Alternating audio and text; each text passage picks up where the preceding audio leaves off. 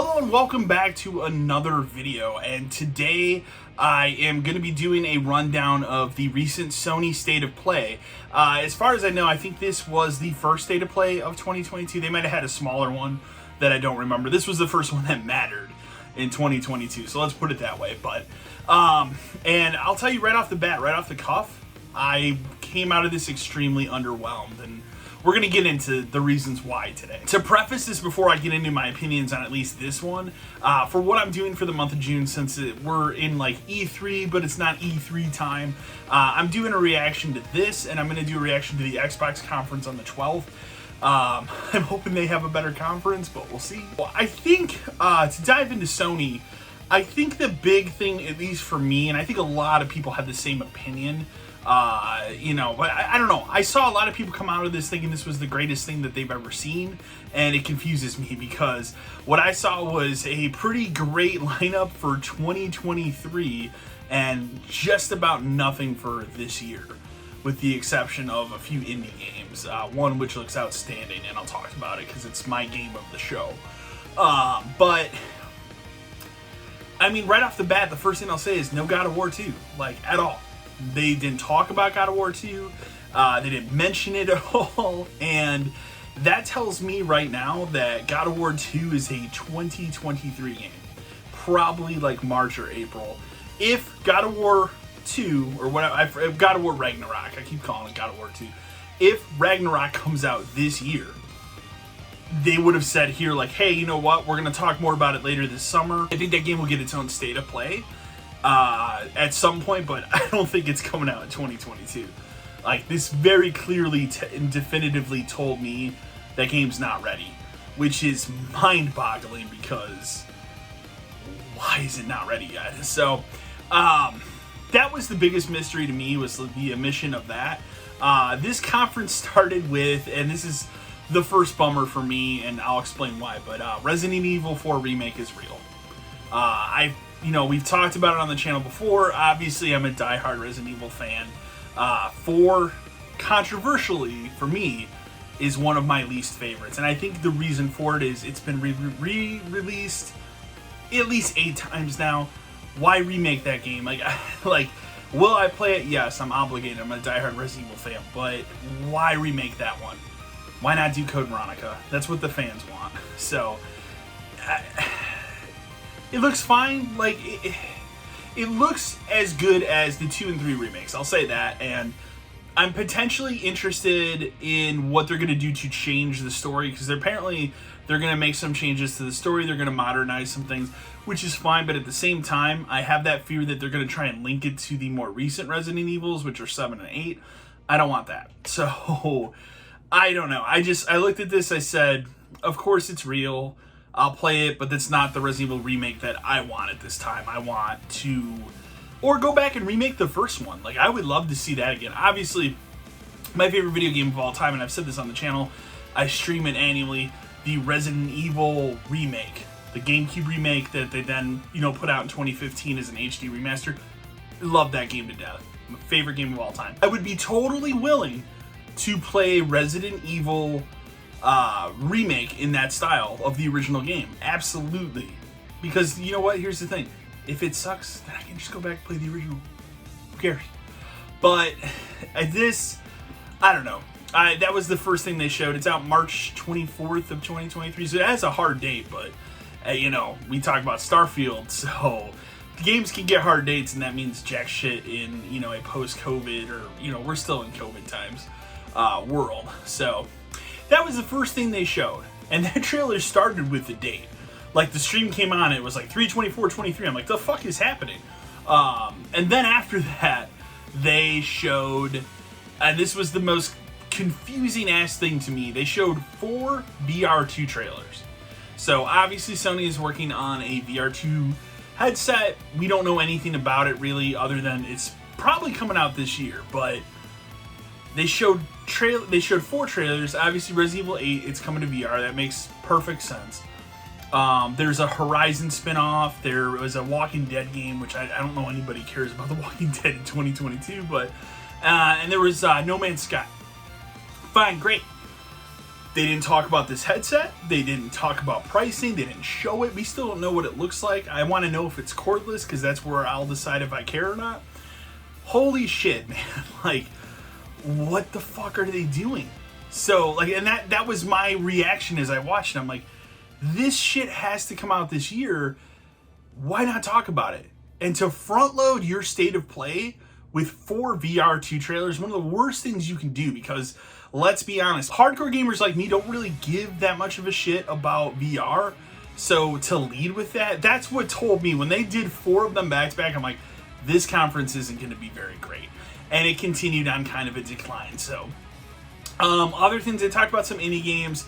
Game of the show for me is Stray, which is the kitty cat game where you're playing as a stray cat running around like a cyberpunk world. That game looks fantastic. And I can't wait to play it. There is some dickery with it though.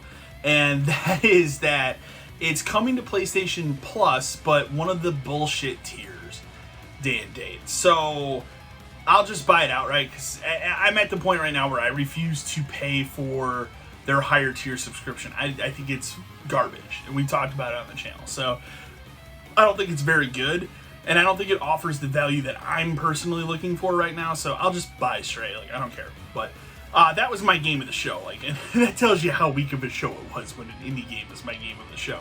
The other like really big announcements, I guess, Street Fighter 6, which again 2023.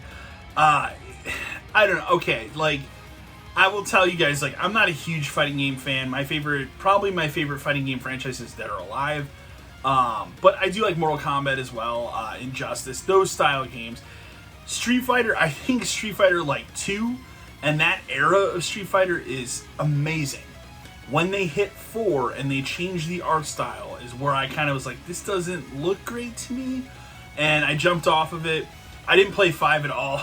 And I'll be perfectly honest, I don't think 6 like appeals to me at all, especially after all the stupid shit that went on with 5. So I'm not interested. I know there are people out there that care about it, and that's cool, and I'm glad they're making Street Fighter 6, but I'm not interested. So that for me was a wash. And then they showed some other stuff too. There was an indie game called Roller Dome or Roller Drome. It's one or the other, which when I saw the trailer, I saw like all this empty world, and I said like, this is gonna be, this is not gonna be that fantastic. And I learned after the trailer, it's made by the Ali people, so there's a little bit of promise there. But that looked okay. There were some other indie games they showed, but here's my problem: they showed Tunic and they showed that Seasons game. Tunic is a game that's already on Game Pass and has been on Game Pass since April-ish. I think it was March or April. And Seasons is a game that's coming to Game Pass, I think, this fall. So those aren't really state of play worthy announcements to me. And that was ridiculous to me. So they wasted time on that. And I just thought, well, these are games that, I mean, for me, I already have Game Pass, who cares? I get it for Sony fans that don't have Xbox or Game Pass. I totally understand. So, but for me, it was a waste. And then we got to the end, and we got to probably what I call the biggest bummer of the show, and that is Final Fantasy 16. Look, I'm going to level with you. I am a somewhat fan of Final Fantasy. I like certain ones. I don't like all of them. I'm pretty opinionated, especially when it comes to the PlayStation era. Like, 7 is on the highest pedestal I can put it at. 8, I would say, was up for a while, but I recently replayed it, and that's kind of fallen down a little bit, and I do not like 9 at all. I love 10. Never played Online 11. I do not like 12 at all. The combat is just atrocious. And I played through 13, but I never played the other sequels. I have not played 14, and I love 15. That's one of my favorites because it's just a balls out and like over the top anime game, and it's fantastic. I really want to play 16. It looks great. It's kind of going back to like fantasy setting, which is what I'm more interested in for Final Fantasy. And this trailer is all about summons, which again, awesome. And then you get to the bummer of it at the end. Summer 2023. So your window of release is not until summer of next year, a year from now. I might be playing Final Fantasy 16. Which then means Final Fantasy VII Remake Part 2 is even further out. Like, and especially they announced like all the people that are heading that project for 16. It's every person at Square that works on Final Fantasy. So that tells me like that's not going to happen. So, oh my God. Like, and so that's how it ended. And I sat back in my chair and I was texting a buddy, one of the people from Podcast 572. I guess I'll give that a quick plug. And I was sitting back and we were both kind of talking about it. I'm like, it just was bad. Like, in terms of what you wanted to show me for 2022, that's why I showed up. Like, tell me what I get to play this year. There's really nothing. And so a couple weeks ago, and this is what I'm leading into, is a couple weeks ago, we got the huge bummer announcement that Starfield is delayed until next year. And it's a bummer for sure, but my thought process on delays is take the time you need to make your game. You know, if it's going to make the game better, delay your game. I don't care. It's the thing that I preached for Halo Infinite. Look how that turned out for the multiplayer. And so Starfield delayed, like, it sucks. I wanted to play it this fall, but it's delayed, whatever. I'm not that put down about it. But there are people online saying, like, I'm going to cancel my Game Pass subscription. This is bullshit and everything. It's like, Game Pass still has an enormous value. I'm okay. Like, I wanted to see stuff for 2022, but at the same time, I'm also okay with not having stuff because I'm playing a massive backlog of games. Look, man, they just put out a 60 frames patch for Assassin's Creed Origins. One of those new 3 games that I have not finished. I'm going to go back and beat that. I'm currently playing fucking Days Gone because I just never got around to playing it. Like, I'm playing a backlog of games that I think if it was a little bit different, I wouldn't have time to play these games. So delays and stuff or whatever, but like, I'm also at the point now with these shows, and more so with Microsoft. I expected a little bit more of Sony, and that's where I was more let down. Microsoft, I think, is the worst of the 3 because they have this tendency to show things way too early. Like Hellblade, the new Hellblade. Where is that game? Like, I think about Fable. What a disaster. Like, why even announce that? It was announced in 2019, and it's clear we're still not going to hear about it this year. So they have the worst problem with that shit. But, like, I just want all these companies to be like Nintendo. You know what? We're going to do a direct 5 months before the fall. Here's all the shit you're going to play in the next 5 months. It's coming out. Here you go. That's what I'd like these companies to do. Putting out a show that has a bunch of great games from next year, who cares? Like, that was the way I left this. Oh, one other game, and I have to plug it really quick because I actually am really excited about it. The Callisto Protocol, which dropped the bullshit like, hey, we're going to be a part of PUBG. We're not anymore. It made no sense that was in the PUBG universe.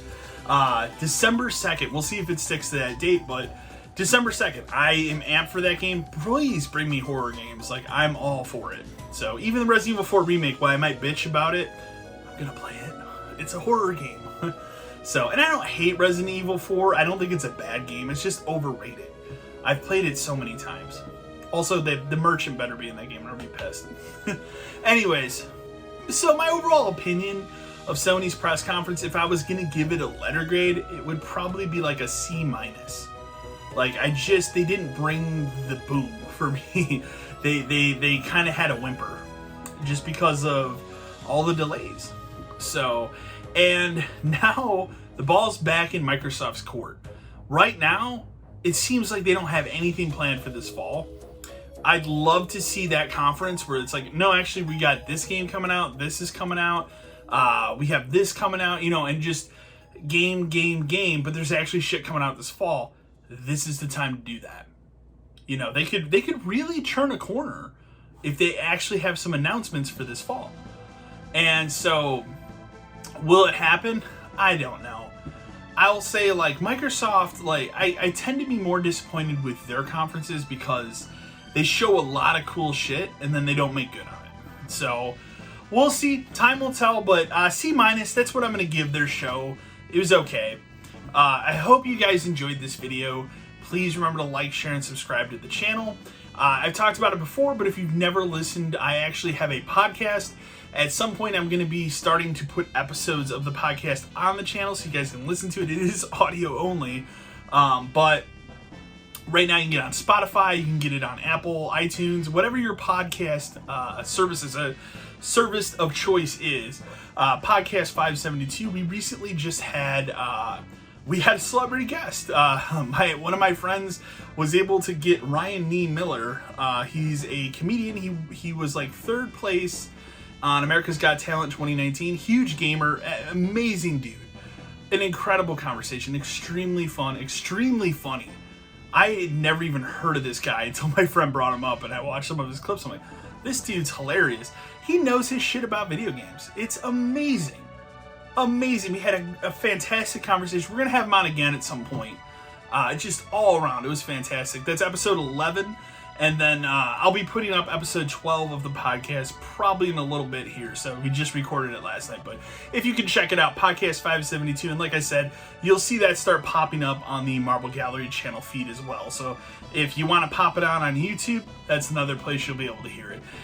As always, until next time.